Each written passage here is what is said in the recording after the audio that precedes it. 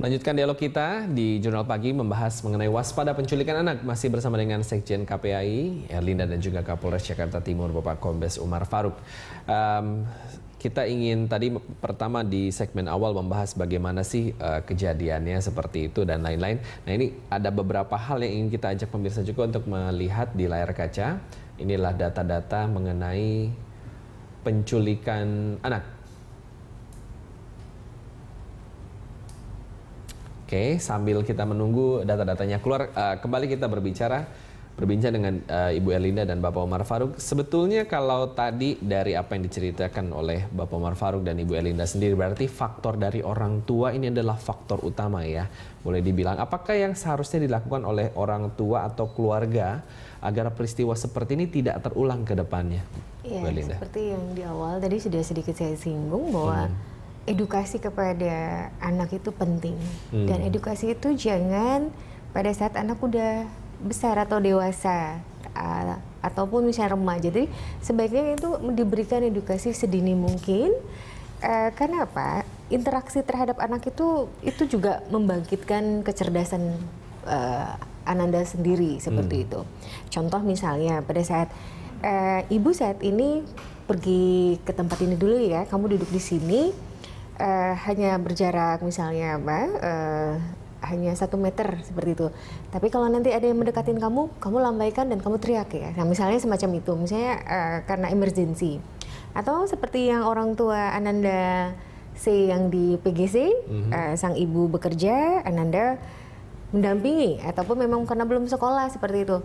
Bisa saja misalnya ditaruh di playgroup, ditaruh di ada tempat bermain di PGC itu sendiri mungkin, tapi sekali lagi tetap diberikan tadi pemahaman kepada anak bahwa kalau misalnya kamu ingin pergi pun, kalau bisa kamu ditemanin oleh teman atau kamu izin sama bunda, ataupun misalnya ada yang memberikan tadi, pokoknya jangan pernah kita tidak mengajarkan pada anak itu menerima, karena sekali kita menerima ada rasa terpaut tadi, terpaut dan terbiasa ya. Terbiasa. Maka dari itu ini yang utamanya preventifnya adalah seperti dari dan keluarga. Kita tidak tahu apakah orang itu murni memberikan atau hanya mengelabui kan. Nah, bisa jadi seperti itu memang. Jadi pembentukan karakter pun juga kita buat di situ. Oke, nah sekarang saya kembali mengajak pemirsa untuk melihat di layar kacanya. Ini ada beberapa data.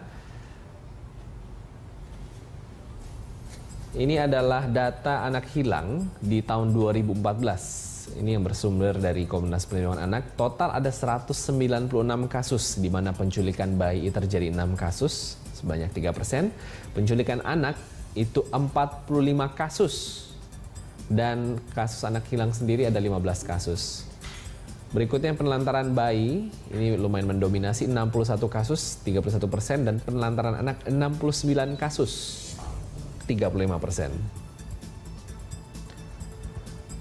Dan pengambilan paksa ada 21 kasus, bujuk rayu 9 kasus, dan lain-lain ada 21 kasus.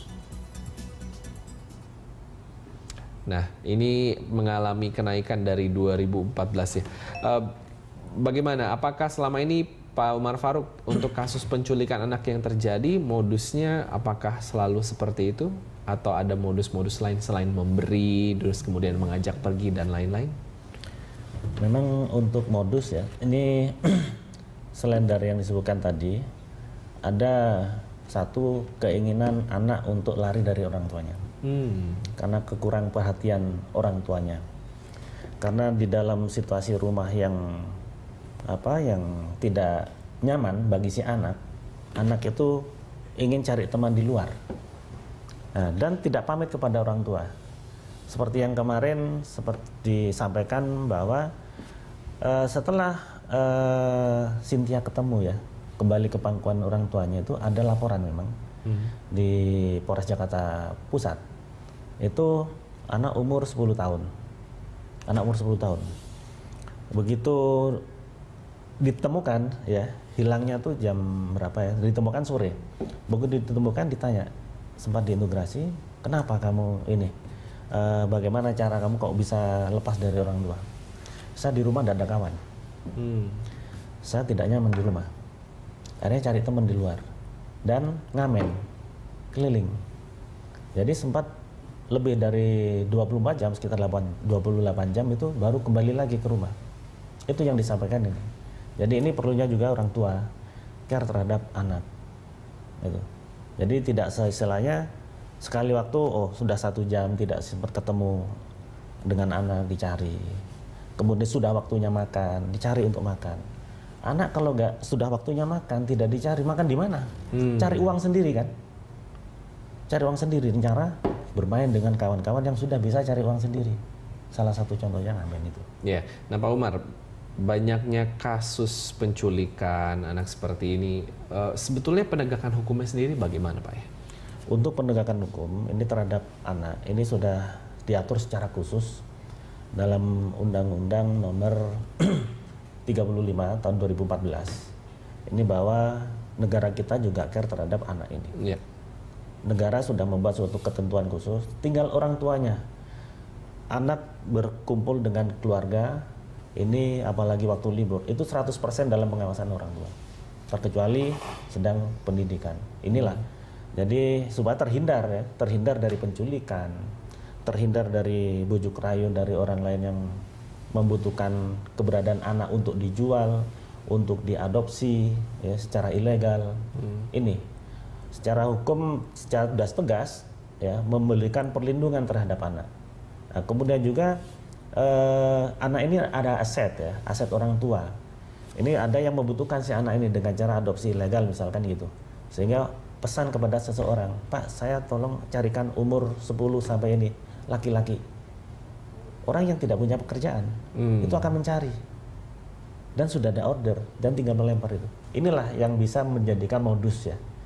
Dari faktor ekonomi juga. Ya, dari sindikatnya juga dari nanti seperti juga. Itu. Oke, iya. Bu Erlinda melihat banyaknya kasus seperti ini, bagaimana pendapat Anda penegakan hukum? Apakah sejauh ini tidak membuat pelaku jera seperti itu?